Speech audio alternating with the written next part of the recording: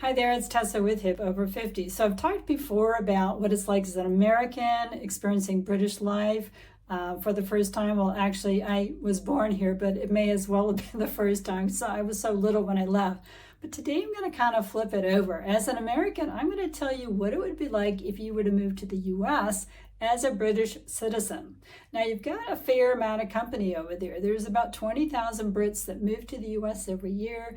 And the census says as of 2024, there's about 600,000. Of course, that doesn't count the hundreds of thousands that have moved starting back with the Pilgrims and have settled in the US and have stayed there permanently. But today I'm going to tell you what it would take for you to move there as a UK citizen and what you might expect once you get there. I have a visa to go over there for up to 90 days. So you can go over, kind of kick around a little bit, explore. There is a lot to explore. After all, there are 50 states. I think I read there's like 40 times the landmass in the US as there is in the UK. So you can get out on the highway and explore to your heart's content. So let's find out what it would take. So as a UK citizen, there are two main ways that you could become a permanent resident. One is if you are sponsored. So you'd have to be sponsored by a US citizen, a lawful resident, in other words, somebody who has a green card, or by a prospective employer. Let's say you get, find a job over there you want. Well, that employer or sponsor, whether it's the employer or your friend or your relative, begins the process by filing a petition on your behalf with the proper authorities. That's the U.S. Citizenship and Immigration Services. Or you can also file individually to the different visas that you can file for. They kind of mirror the ones that are available for U.S. citizens to come over here to the U.K. You've got Fiancé, family, employment, and returning resident visas, among others. So take a look at those links below to see if you would qualify. Once you get your immigrant visa, that is essentially what's called a green card. And you become a permanent resident. It's a little bit like indefinite leave to remain here. You are authorized to live and work in the US on a permanent basis.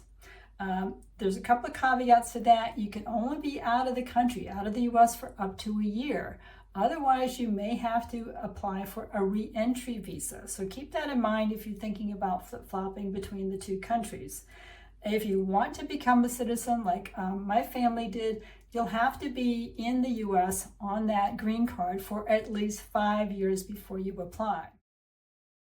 So now you know how you could make it happen, but will you want to make it happen? What is life really like in the US? Is it the same as you see in the movies and on the TV shows? But to be honest, the culture over there is almost wilder than anything you could see on the screen.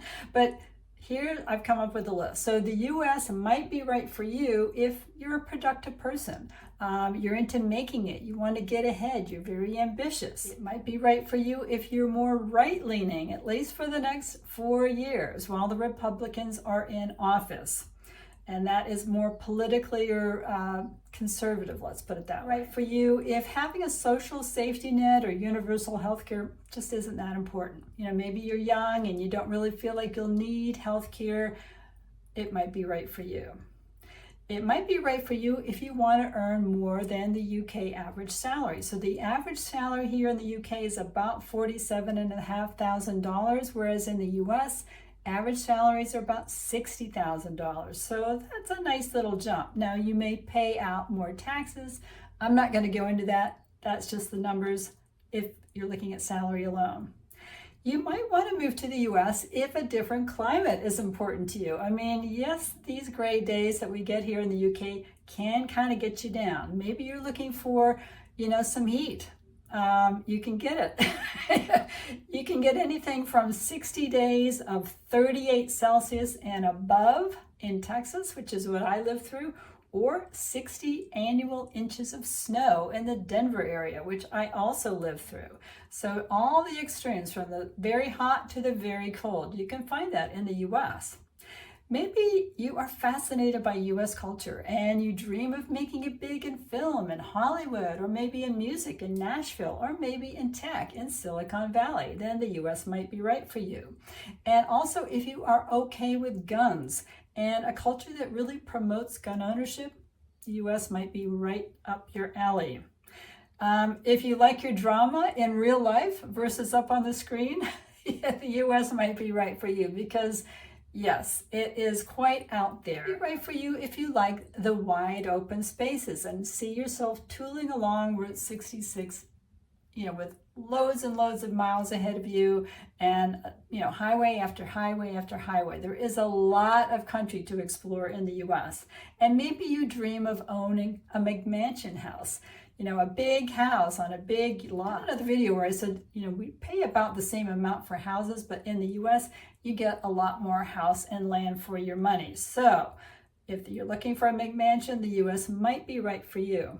And if you're not turned off by superficial values, the US can be very status oriented. It's not just the car you drive, it's where you live, it's what you wear, what kind of job you have. They don't really care so much where you went to school, it's not about who you came from. It's about how far you've gone in this life so far and how much money you've made. It might be right for you if you want to worship like a Southern Baptist. They take their religion very seriously in the US, very seriously. And there's some places where there will be a church on every corner. So if you are of a like mind, it might be right for you. And if you're more of an extrovert personality. I've talked about this before. I'm an introvert. I always did, I never really felt like I fit in there as well as I find that I fit in here. Thanksgiving is an underrated holiday. It might be right for you. Plus you think Mexican food is better than Indian food, and you think barbecue is the food of the gods. It might be right for you. And if you want to be part of something bigger, a country, a culture that not only lives outside the box, it doesn't even have a box. It invented the box. It's known for setting trends, both good and bad, all over the world, for the rest of the world. So there you go. Those are some of the things that might be right for you if you want to move to the US. Okay, you knew there was going to be a flip side, right? Well, there is. The US may not be right for you if you expect or think the government should be there to take care of you. There's none of that going on in the US. Gun violence belongs in Hollywood movies and not in your front yard. The US may not be right for you. If you don't see your life getting hooked on fentanyl and becoming a statistic, like one of the 100,000 drug overdoses in a year, it may not be right for you. If you're not a fast food or super size it fan, if you think healthcare should be free and not a reason to go in debt, it may not be right for you if you want those things. And if you like to take more than 10 days of vacation a year, the US may not be right.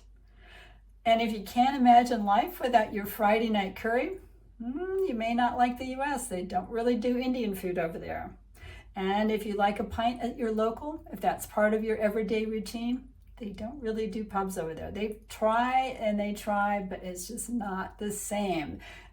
Hanging out on a bar stool is not quite the same thing as having a drink at your local. And if you don't think you should have additives and chemicals in your food that may harm your health, the US is having a little bit of a problem with food safety these days. So if you value your food safety, then the US may not be right for you. If you get a little paranoid when you see a police car following you, that is something I had to kind of get over here. When you see a police car here, it just doesn't mean anything. But they will follow you for a long time, and it's kind of creepy. So the US may not be right for you if you are not white. Sorry to say, if you are black, for example, because you will earn less, and it's more likely you will be incarcerated as a black person in the US. The black population here is about 4% of the population, and in the US it's about 14%. That can vary depending on what part of the country you're in. I hate to say it, but the US is not very fair when it comes to ethnic minorities or black people. The US may not be right for you if you appreciate fresh air and bracing long walks in the countryside. The air over here is so much better. If you look on your app on your phone for your weather, it'll say air pollution 2.